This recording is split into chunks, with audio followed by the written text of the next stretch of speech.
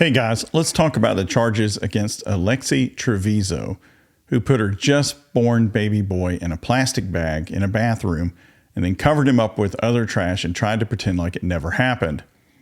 We'll focus on whether the state has overcharged her by putting first-degree murder into play. This video isn't about the final state of evidence in terms of proof beyond a reasonable doubt, as that would require knowing more details from the state's case, especially in terms of expert testimony, and considering points the defense will raise. So it's premature at this point. Note the affidavit for arrest warrant says murder in the first degree or, as an alternative, abuse of child intentional resulting in death. Both of those can carry a life sentence, so that can matter. Now, for intentional abuse of a child that results in a death, the person without justifiable cause permitted or caused the child to be, for elements relevant here, placed in a situation that may endanger the child's life or health, or, as an alternative, cruelly confined.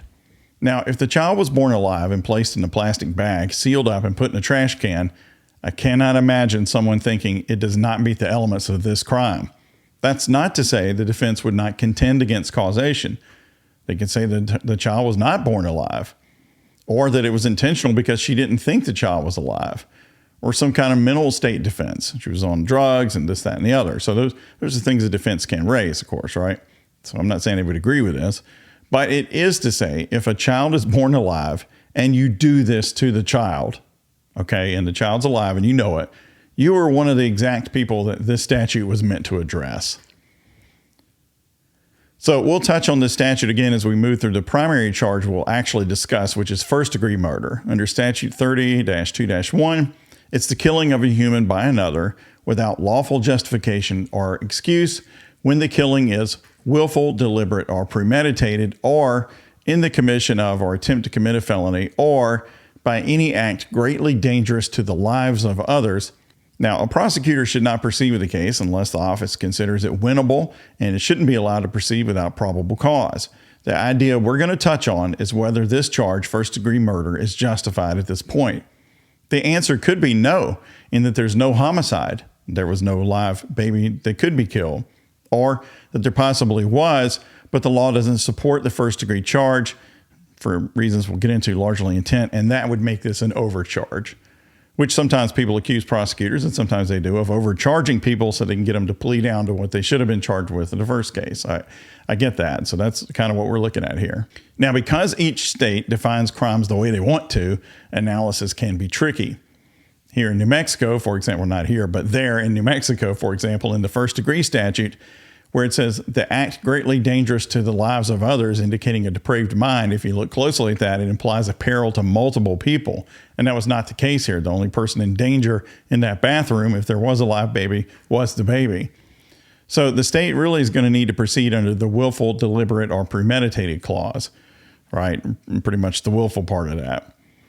So otherwise, if you can only show that the defendant's act was known by the defendant to create a strong probability of death or great bodily harm to an individual, well, now that's going to be second-degree murder because it's involving one person, whereas their first degree, you got to show there were more than one person at danger. Now, for first-degree murder, you have the issue of proving a willful or deliberate killing, and that raises the issue of intent. For second degree, though, you still have the issue of proving knowing that the defendant knew the act created a probability of death, a strong probability of death. And to me, that indicates you need to prove that the defendant here thought the baby was alive. How else could she be knowing that she was putting the child in great danger of death if she thought the child was stillborn, right? So I think that's going to be an issue there. So let's start from the top. Was a person killed? If not, no homicide charge should be placed. If yes, what was the level of intent of the killer based on the evidence known at the time of the charge? If intent evidence is weak, then quite possibly the correct charge at best would be a form of manslaughter. So intent becomes important. But let's get back to question one, was someone killed? The state has medical expert evidence in the form of an autopsy, and the conclusion is homicide, with the cause being entrapment, which means being confined such that you use up all the available oxygen and then you die of hypoxia. The baby's lungs were aerated and there was air in the stomach. The doctor says that's consistent with a live birth. Also, adrenal glands evidenced hemorrhage, which is consistent with hypoxia. Now, the defense may contest this finding, I'm sure they will, but there it is. The medical evidence indicates a live person was killed by another person.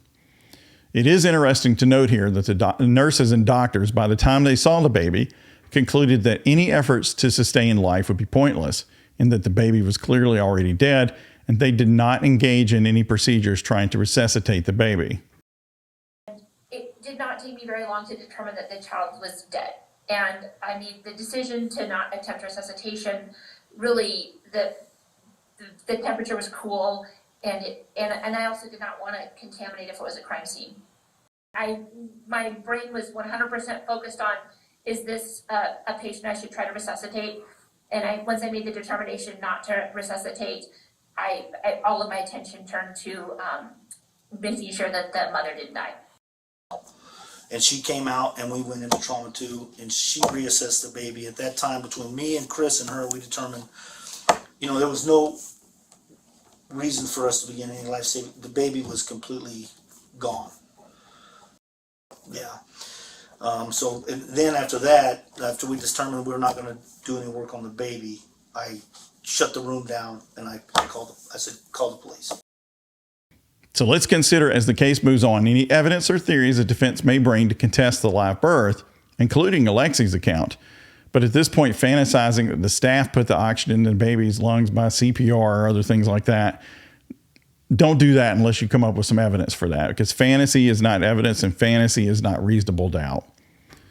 Now, the lack of conclusive evidence can be reasonable doubt, or another theory you have, yes, but just making up things, no. So in terms of whether there was an overcharge or not, to me, this really comes down to evidence of intent. Remember, they don't have to prove right away that the baby was alive, but it's going to be an element, so you have to have the evidence for it, and they have evidence of that. Then it comes down to what was the intent in this killing.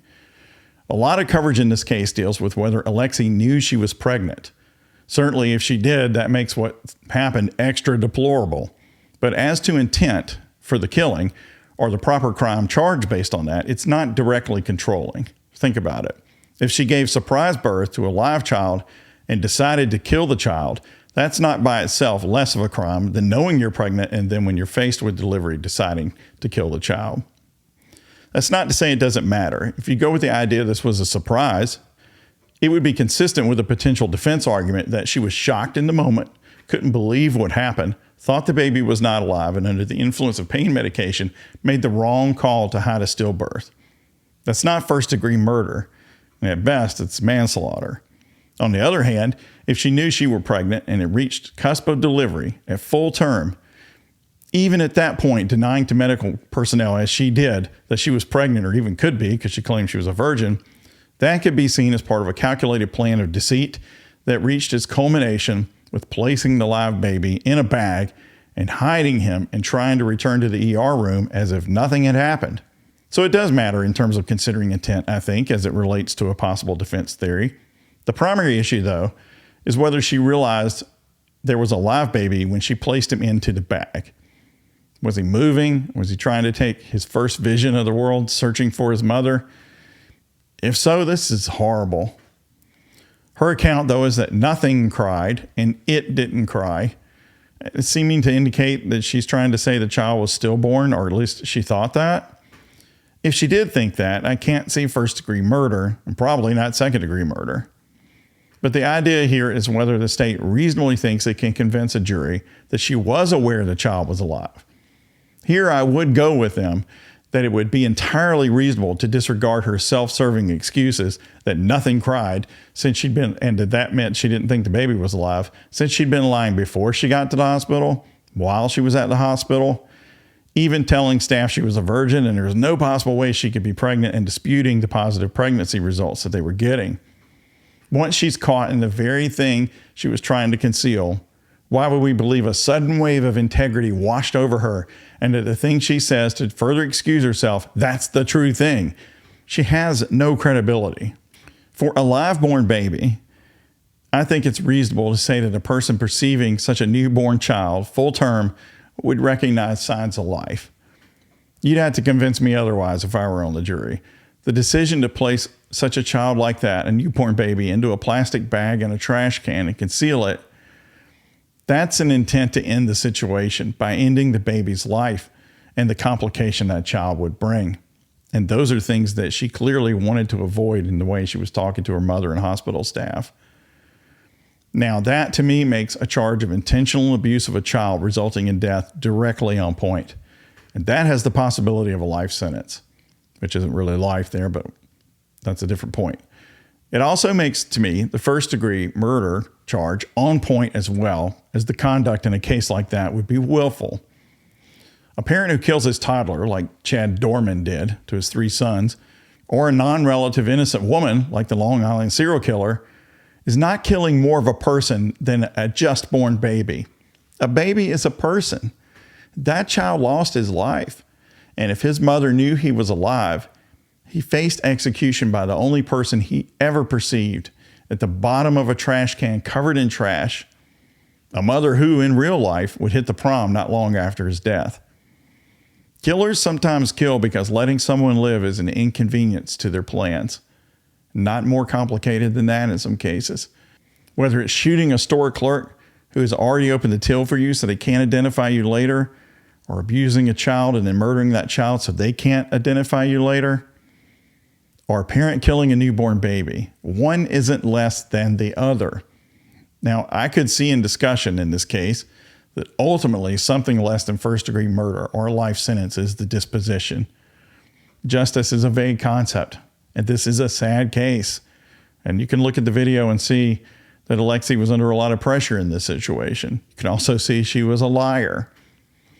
But as to the charge being in excess by the state at this stage, I just don't see it.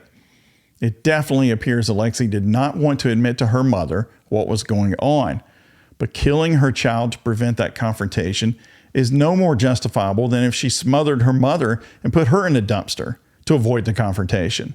One person isn't more important than the other. Here, the state has said you abused and killed that baby boy deliberately. You placed a live baby in a sealed plastic bag and then hid that fact from anyone else. If that's true, that's murder. And if you thought of it happening to anyone older than a baby, you'd have no reason to blink at first degree. You'll put people in plastic bags and watch them suffocate.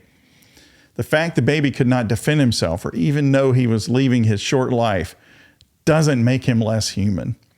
Now, again, the defense will have their say, as they absolutely should, and the final disposition of the case, or even a final judgment, that's a long ways off. We just don't know. But as to the state of things now, while the state could have started at a lower charge, the idea that placing a live baby in a plastic bag and stuffing him in trash can is murder, it doesn't seem far-fetched to me. Of course, this case has many, many other unpleasant facts that look bad for Alexee, and also some things proffered by the defense that can impact how one looks at the case as well. I'm not saying she should even be convicted for first-degree murder at this point. There's a lot to know. But for today's point, it's just whether the first-degree murder charge is overcharged back based on the facts and evidence that you can see in front of you right now. I don't think it is overcharged. Well, that's it. Thanks, bye.